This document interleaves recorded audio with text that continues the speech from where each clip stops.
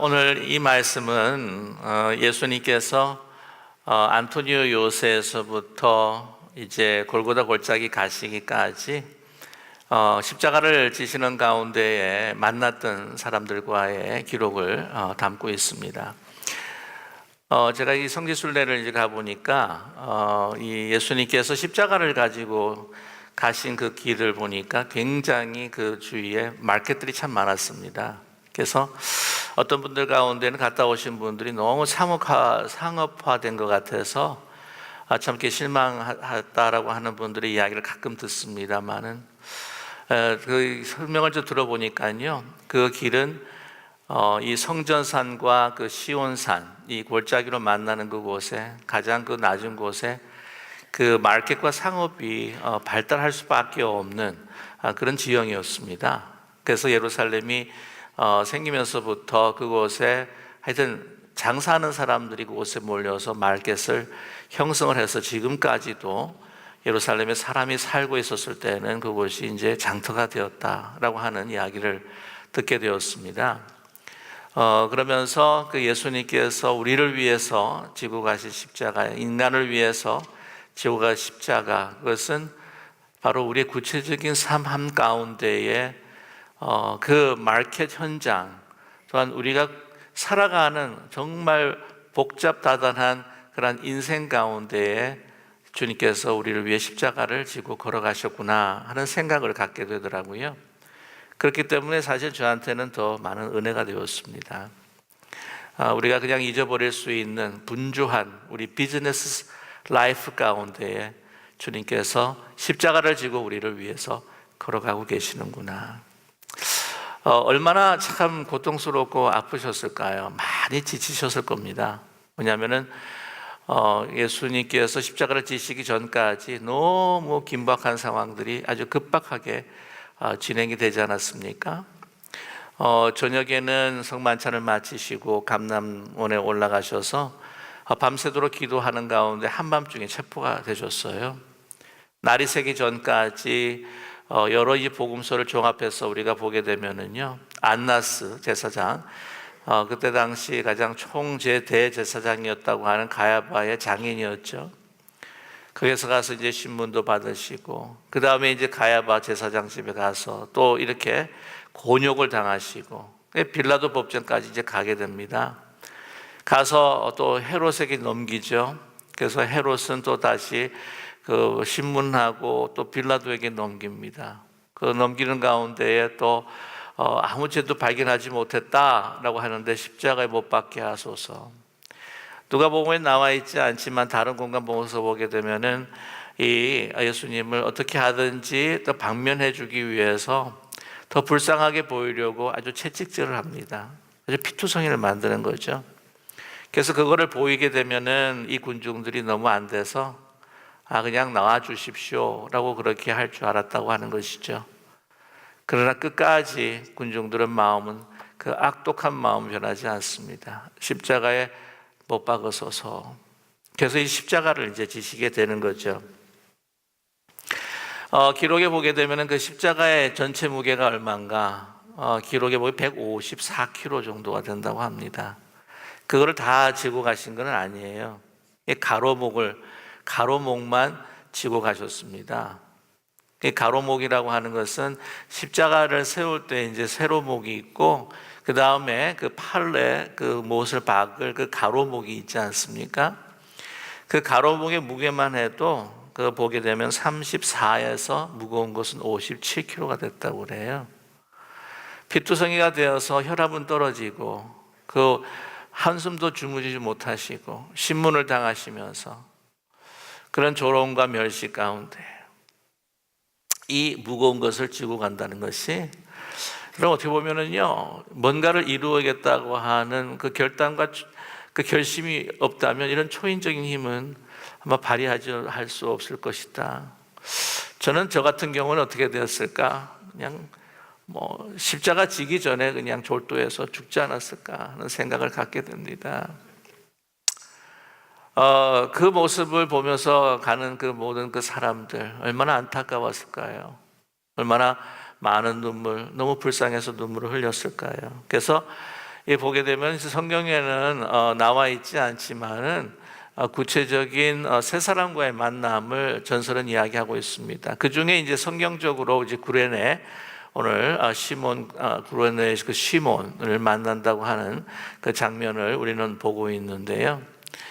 두 사람을 더 만나는 것으로 이야기가 나옵니다. 한 사람은 이제 마리아를 먼저 만나게 되고, 그 다음에 두 번째는 이제 구레네 시몬 만나게 되고, 세 번째는 이제 베로니카라고 하는 여인을 만나게 됩니다. 그 여인은 그 전설에 따르면은요, 삭개오의 아내라고 하는 사람도 있고, 또 혈우병을 앓은 여인이 예수님의 그 옷자락을 잡으면 낫게 될 거라고 하는 그런 믿음 안에서 옷자락을 잡지 않습니까? 아마 그 여인이었을 것이다 라고 그렇게 카톨릭에서는 그렇게 이야기를 합니다. 그래서 이 베로니카가 흐르는 그 땀, 쓰러져서 흐르는 땀을 이렇게 얼굴에 수건으로 이렇게 탁 닦았는데, 그 닦은 수건에 예수님의 얼굴이 그냥 찍혀 있었다라고 그렇게 이야기도 합니다. 그러나 성경이 이야기하는 예수님께서 쓰러지셨을 때에 만났던 두 번째 사람, 바로 이 구레네 시몬에 대한 이야기를 하고 있습니다. 여러분, 이 구레네라고 하는 것은요, 그 아프리카의 그 북쪽, 그래서 리비아 지역으로, 지금은 트라폴리 지역으로 알려져 있습니다. 그때 당시에 로마 다음으로 크다는 알렉산드리아 도시와 거기 근접해 있는 곳이고, 그 트라폴리고 지역에 많은 그 디아스포라 유대인들이 그곳에서 살고 있었다라고 이렇게 전해지고 있습니다. 그도 이제 아이들과 함께 유월절을 지키기 위해서 그곳 먼 곳에서부터 성전을 찾았던 것 같습니다. 그래서 이 마가복음 15장에 보게 되면은요, 알렉산더와 루포의 아버지라고 또한 그렇게 기록을 하고 있습니다. 이렇게 기록을 할 정도면은요, 사실은 이 초대교회의 더 중요한 중심 인물이었다고 하는 것을 우리에게 암시하고 있다고 하는 것이죠. 억지로 십자가를 사실은 졌습니다. 가다가 예수님이 어떤 분인가 웅성웅성거리고 예수님 십자가를 진다고 하는 소식을 듣고, 자기도 그 소문을 듣고 이왕 이 제사를 드리러 성전에 오긴 했지만 그것을 보러 갔다가 소위 죄송합니다, 정말 재수 없게 걸리게 된 거죠. 그 십자가라고 하는 것은요, 정말 가까이 가기를 원치 않았습니다. 십자가를 지고 가는 그러한 죄인들을 향해서 안 됐다, 아니 저렇게 할 수가 있느냐라고 입을 떼지도 못했다고 하는 거죠. 왜냐하면은 그것은 그 로마의 그 결정, 그리고 그 총독의 결정에 대해서 반항하는 것으로 간주되었기 때문입니다.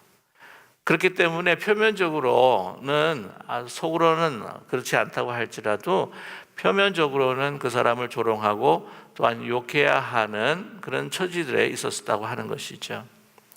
정말 가까이 가고 싶지도 않고 사실 그렇게 가벼운 것도 아닌 그 십자가를 지고 이제는 억지로 질 수밖에 없었다고 하는 것이죠. 그러나 이 성경에 나와 있지 않지만은 그날 주님의 얼굴을 다시 꿈속에서 보게 되고 일어나니까 자기가 십자가의 그 자국이 몸에 선명하게 남아 있었다고 하는 거죠. 나중에는 결국 어떻게 됩니까? 주님을 영접하게 됩니다. 부활하신 주님을 또 만나고 또 고백하면서 그가 나중에는 말씀을, 그 복음을 전하다가 순교한다라고 하는 그런 이야기가 남아 있습니다. 이분은 분명히 그 초대교회 지도자임에 분명합니다. 왜냐하면은 알렉산더와 루포가 바로 그리스도인이었고, 또한 그들이 또 바울을 돕는 그런 귀한 협력자였기 때문입니다. 기억하시겠지만 로마서 16장에 보면 바울이 마지막 끝에 많은 이들에게 인사하는 그런 것이 있습니다. 그때에 그 16장에, 로마서 16장에 보게 되면은 그 루포에게 문안하라, 그리고 루포의 어머니에게도 문안하라.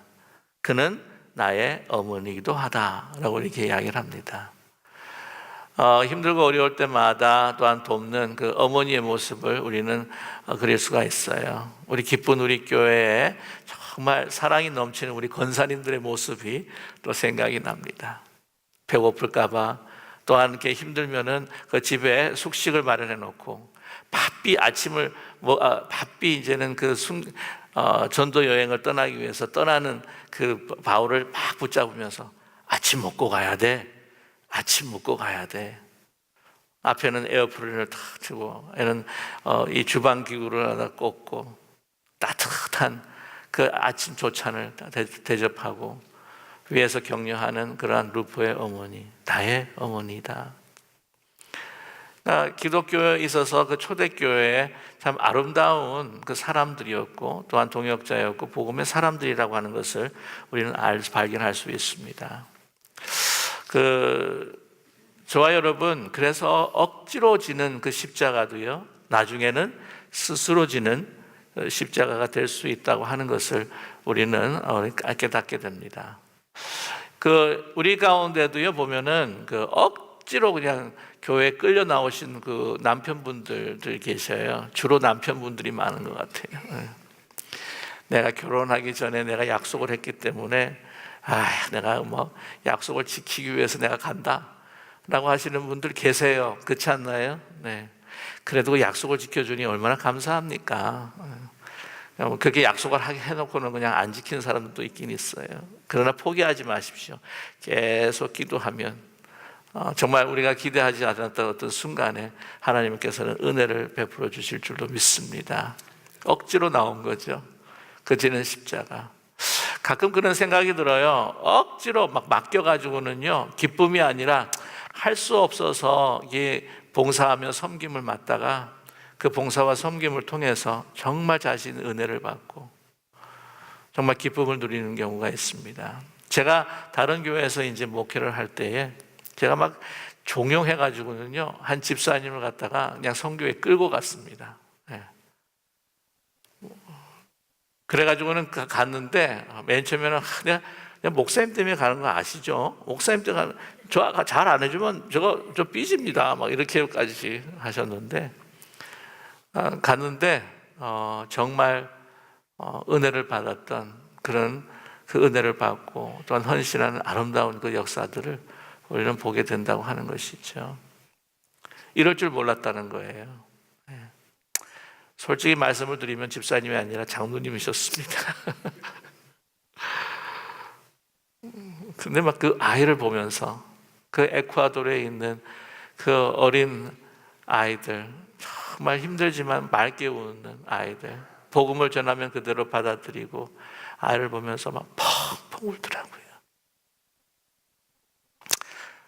아무튼 억지로 지는 십자가도요, 이것이 나에게 주시는 은혜구나 하는 것으로 생각하면서 정말 우리가 감사하는 우리 모두가 되기를 간절히 소망합니다. 또 한 그룹의 사람들을 만나게 됩니다. 그 사람은 누구냐면 바로 여인들이었죠. 여인들이 따라오면서 무슨 말도 못합니다. 구해주고 싶은데도 그 불쌍한 예수님, 우리한테 그렇게 잘해주셨는데, 특별히 여성들이 여성들에게는 예수님이 얼마나 인기가 높았을까요? 별로 사람 취급도 안 해줬던 그 여성들을 그렇게 존귀하게 여겨줬기 때문이죠. 그래서 어머니의 마음을 가지고 얼마나 불쌍한지. 우리 보통 이제 고난주간을 보게 되면은 그런 노래를 또 가끔 부를 때가 있습니다. 얼마나 아프실까라고 이렇게 찬양을 합니다. 얼마나 고통스러울까, 얼마나 억울하실까. 그래서 예수님을 보면서 그냥 펑펑 눈물을 흘리기만 하면서 따라옵니다. 그런데 뭐라고 예수님께서는 그들에게 말씀하시나요? 28절에 우리 같이 한번 읽어볼까요? 예수께서 돌이켜 그들을 향하여 이르시되 예루살렘의 딸들아, 나를 위하여 울지 말고 너희와 너희 자녀를 위하여 울라 라고 이렇게 말씀하고 있습니다. 그 이유가 무엇인가 하는 것을 29절에 우리에게 말씀하는데요. 29절 다시 한번 읽을까요? 보라, 날이 이르면 사람이 말하기를 잉태하지 못하는 이와 해산하지 못한 배와 먹이지 못한 젖이 복이 있다 하리라. 너희와 너희 자녀를 불라. 특별히 자녀를 가지고 있는 그 너희 여인들아, 아예 자녀가 없었으면 이런 고통을 당하지 않았을 것을 이라고 할 정도로 엄청난 고통이 사실은 너희들에게 임박하고 있다고 하는 것을 너희는 알아야 할 것이다. 그래서 나는 사실 지금 여러분, 예수님께서는요, 이 고통의 시간이 지나면 이 부활의 영광을 맞을 줄을 아셨습니다. 그리고 이렇게 십자가를 지는 고통은 누구를 위한 고통이었어요? 예수님을 위한 고통이 아니었습니다. 이게 억울하게 당하는 고통이 아닙니다. 지금 먼저 울면서 그렇게 통곡하면서 따라오는 여인들과 그 자녀들을 위해서, 뿐만이 아니라 우리 모든 인류를 위해서 흘리시는 피였습니다. 고통이었습니다. 예수님께서는요, 이 여인이 울기 전에 먼저 그 예루살렘뿐만이 아니라 우리를 위해서 우신 분이었습니다. 예루살렘 입성 전에 예수님께서 누가복음 19장 이 41절에서부터 44절까지 말씀을 보게 되면은요, 우셨습니다. 이게 우는 게 그냥 눈물을 흘린 게 아니에요. 제가 한번 읽어드리면, 가까이 오사 성을 보시고 우시며, 이 우시며가 그냥 흐느낀 정도가 아니고요, 땅을 치면서 통곡을 하는, 나사로가 죽어서 무덤에 갇혀 있는 것을 보면서 예수님께서 우셨다고 이야기합니다.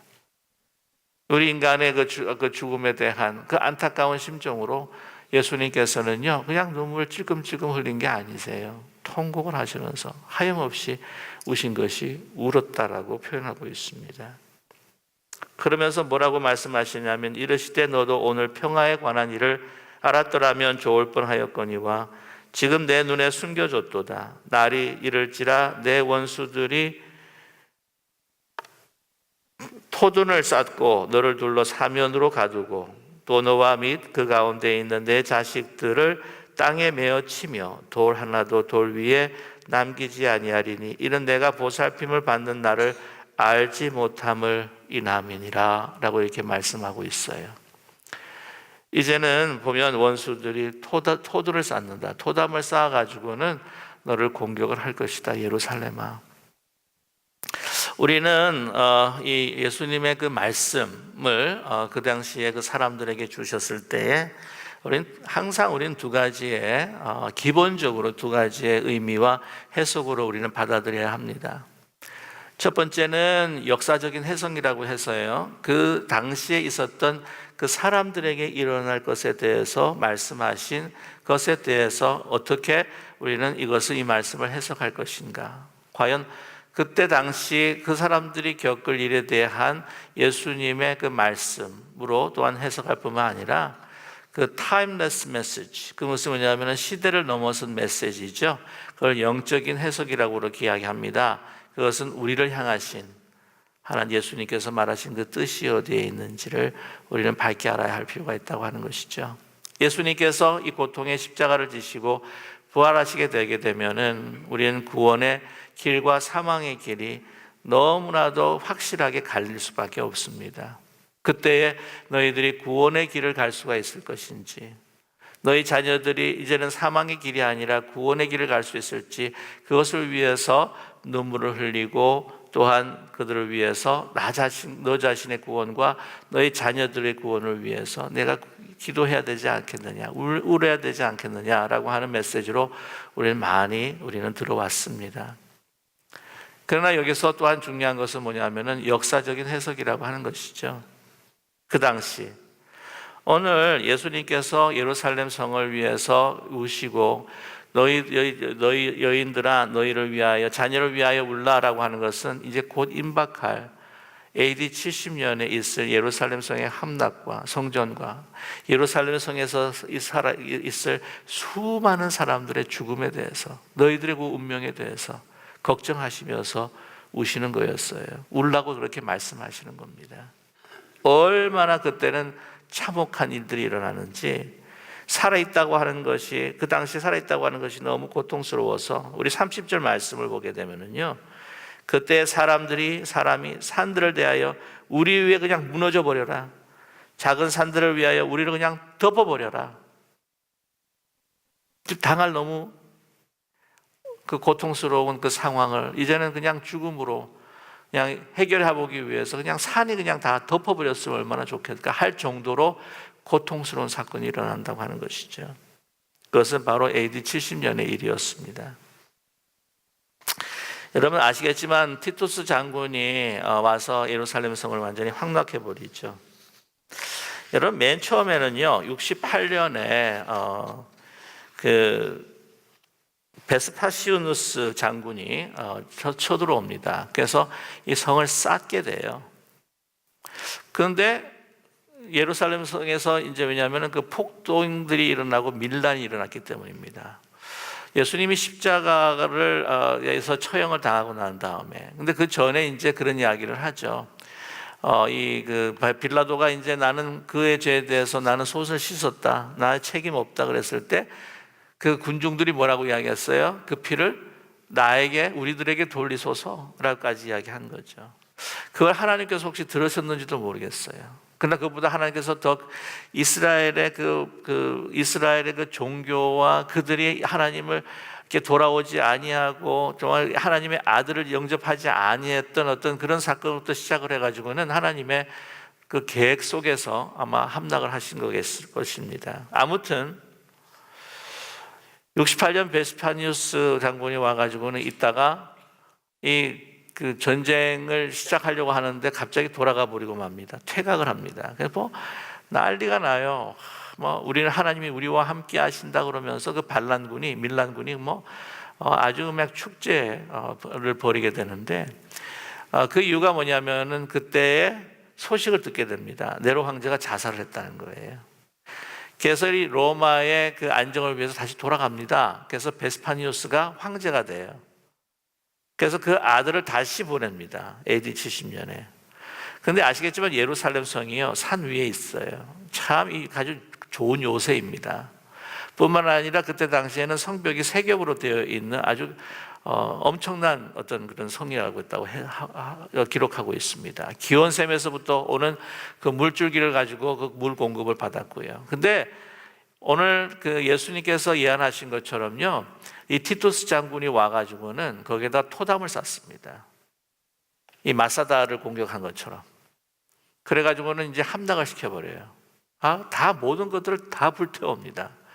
성전의 귀한 것들은 다 탈취해버리고 정말 돌 위에 돌 하나 남아있지 완전히 무너뜨려 버립니다. 완전히 방화를 해버립니다. 그런데 그 포위하는 그 기간 동안 기온샘물을 막아버리고 그 식량 보급을 다 차단을 해버리면서 이 예루살렘 성 안에는요 완전히 아사지경이 되는 거예요.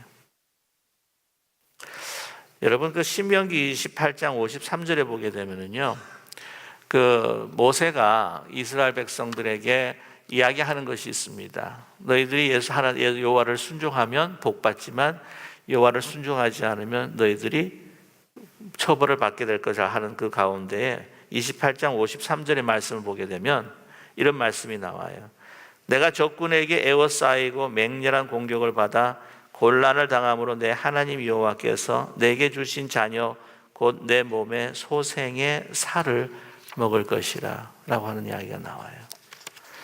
열왕기 하 6장에 보게 되면은 아람 왕 벤하닷이 사마리아 성을 포위합니다. 그때 당시가 요하스 왕이에요. 굶어 죽어갑니다, 사람들이. 그러면서 한 여인이 이 요하스가 이제 거느리고 있을 때 막 외쳐요.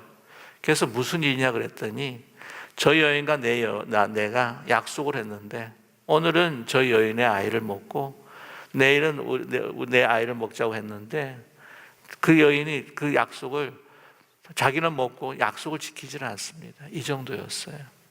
그것이 다시 한번 예루살렘 성에서 반복이 됩니다. 얼마나 사람들이 굶주렸는지요. 가죽으로 만든 허리띠라도 그것을 씹어 먹었다고 하는 기록이 있어요. 그러면서 자녀를, 아침부터 참 그런 말씀을 드리기는 힘들지만 자녀를 인육해서 그 정도였다고 합니다. 함락되고 난 다음에 유대 포로가 몇 명이었냐면 9만 7천 명. 예루살렘 포위 기간 사망 수가 그 숫자 그 딱 집계되는 그 바디를 카운트해서 집계된 숫자가 110만 명이었어요. 거의 다 죽은 거죠. 여러분 그 당시가 얼마나, 여러분 한 50만 그러면 큰 도시라고 이야기했었어요. 아시겠지만 예루살렘 함락 이후에 열심당원이 마사다에서 항전을 벌이다가 다 그들은 자결하고 맙니다. 그런데 여러분 참 기가 막힌 것은 뭐냐면은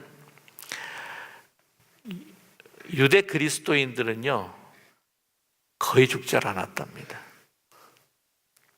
그 이유가 뭘까? 여러분 스데반이요 순교를 당합니다. 그래가지고는 예루살렘에 있는 그 성도들이 다 뿔뿔이 흩어져요. 디아스포라 하게 됩니다. 우리는 말씀 가운데 그런 이야기를 많이 듣죠. 왜냐하면 하나님께서 그 예루살렘 성에서만 막 있는 그 복음을 이제는 하나님의 뜻 가운데 온 세계로 퍼져가기 위해서 하나님께서는 그 순교를 통해서 흩으셨다. 여러분 많이 들으셨죠? 예, 그 중요한 이유 중에 하나고요. 또 하나는 그 유대 그리스도인들을 많이 살리시기 위해 하셨을 것입니다. AD 70년에 그 도성 안에 있는 거의 모든 사람들이 다 죽어감에 있어서. 그런데 그래도 남아 있었던 그 그리스도인들이 어떻게 됐냐면요, 1차 공격 베스파니우스가 군대가 에워쌀 때에 퇴각하고 난 다음에 거기에 있던 유대 그 빌란과 그 사람들은 다 축제를 벌였는데 그때 그리스도인들이 대거 다 빠져나갔다고 합니다. 왜냐? 그 이유는 예수님께서 예언하신 말씀 때문이라고 한답니다. 누가복음 21장 20절과 24절의 말씀을 보게 되면요, 예수님이 종말에 대한 말씀을 하세요. 제가 한번 읽어드릴게요. 너희가 예루살렘이 군대들에게 에워싸이는 것을 보거든 그 멸망이 가까운 줄 알라. 그때 유대에 있는 자들은 산으로 도망갈 것이며, 이게 마사다 같은 기분이 드는데요, 성내에 있는 자들은 나갈 것이며 촌에 있는 자들은 그리로 들어가지 말지어다. 이 날들은 기록된 모든 것을 이루는 징벌의 날이니라. 그날에는 아이벤 자들과 젖먹이는 자들에게 화가 있으리니 이는 땅에 큰 환난과 이 백성에게 진노가 있겠음이로다. 그들이 칼날에 죽임을 당하며 모든 이방에 사로잡혀 가겠고 예루살렘은 이방의 때가 차기까지 이방인들에게 밟히리라 라고 이렇게 예언을 하셨어요. 그래서 그걸 기억하고 있었습니다. 그래서 베스파니우스가 이제는 포위하고 퇴각했을 때에 이제는 또 한 번의 그 공격이 있을 것이라고 하는 예상과 또한 예수님의 그 마지막 종말에 대한 그 이야기들을 기억하면서 그 도성을 다 빠져나간 거예요. 기록에 보게 되면 거의 모든 유대 그리스도인들이 많이 살았다고 합니다. 그러나 살지 못했던 사람들도 있겠죠. 그 말씀을 믿지 못하고 내가 내 모든 자산과 나의 모든 것들이 다 여기에 있는데 내가 어떻게 그것을 떠날까? 여러분 소돔과 고모라를 멸하실 때에 뒤를 돌아보지 말라고 했는데 누가 뒤를 돌아봤습니까? 롯의 아내가 뒤를 돌아본 것이죠. 그 많은 것들을 가지고 있는 것을 어떻게 여기에 내가 가족이 있고 나의 그 삶의 현장이 있고 나의 소유가 있고 나의 여기 모든 편안함이 있는데 만약에 그것으로 인해서 떠나지 않았다면 아마 함께 그곳에 몰살을 당하고 말았을 것입니다. 이것이 우리에게 주는 영적인 하나님의 메시지라고 생각을 해요. 우리는 그 범죄와 또한 죄악된 그 장소, 그때 당시 보게 되면 종교성이라든지 모든 사회적인 어떤 구조가요, 소돔과 고모라 같은 것이 바로 예루살렘이었습니다. 떠났어야 했었어요. 저와 여러분, 우리가 자녀를 위해서 기도할 때에 우리가 항상 우리가 정말 기도해야 될 것이 무엇일까? 주의 말씀을 순종하며 주님을 영접하며 구원받는 하나님의 자녀와 하나님의 백성이 되기를 위해서 우리가 눈물을 흘리며 기도해야 되지 않을까요? 세상 사람들과 함께 그 가치 속에서 머물러서 그곳에서 안주하면서 그 성공을 그 누리는 것으로 우리의 인생의 목적을 삼으며 그렇게 되면 좋겠다라고 우리가 계속해서만 기도만 한다면 정말 심판의 날이 임박했을 때에 주님이 재림하시기 전 우리에게 당할 우리 삶의 어떤 고통과 또한 아픔이 우리에게 다가올 때 우리 자녀들이 어떻게 그것들을 핸들할 수 있을까? 또한 우리를 위해서 기도할 수 있는 우리 모두가 되기를 간절히 소망합니다. 그 어떤 것보다도 주의 말을 순종하고 주의 뜻을 우리가 밝히면서 우리가 신앙생활하고 믿음 생활한다고 하는 것이 가장 소중하고 그것이 나를 구원하고 내가 정말 생명을 살아갈 수 있다고 하는 진참된 생명을 살아갈 수 있다고 하는 그러한 것들을 우리가 붙들면서 저와 여러분, 내가 어떤 소유를 잃어서 슬퍼하거나 내가 건강을 잃어서 슬퍼하거나 내가 다른 것으로 인하여서 자녀가 취직을 못해서 우리가 또 슬퍼하거나 하는 그 슬픔보다도 저와 여러분 진정 하나님의 참된 구원의 생명을 얻을 수 있도록 그 부활의 그 기쁨과 그 생명의 능력을 이 땅에서 주님 오실 때까지 그를 우리 자녀를 부르실 때까지 우리를 부르실 때까지 그것을 체험하면서 주님과 함께 동행하는 삶을 살아갈 수 있도록 여러분 우리가 안타까워하면서 기도할 수 있는 우리 모두가 되기를 간절히 소망합니다. 주님께서 눈물을 흘리시고 피를 흘리신 것은 바로 우리의 구원을 위함입니다. 우리의 자녀의 구원을 위함입니다. 주님을 위해서 우려할 필요가 없어요. 우리는 고난주간 새벽 기도를 맞이하면서 얼마나 아프실까, 얼마나 고통스러우실까 그것 영상을 보면서 막 눈물을 흘리지만 진정 주님께서 우리에게 부탁하시고 말씀하시는 것은 너와 너 자녀를 위한 구원을 위해서 울라, 눈물을 흘리며 간구하라. 그 메시지를 우리가 결코 잊지 않는 저와 여러분 되시기를 주님의 이름으로 간절히 축원합니다.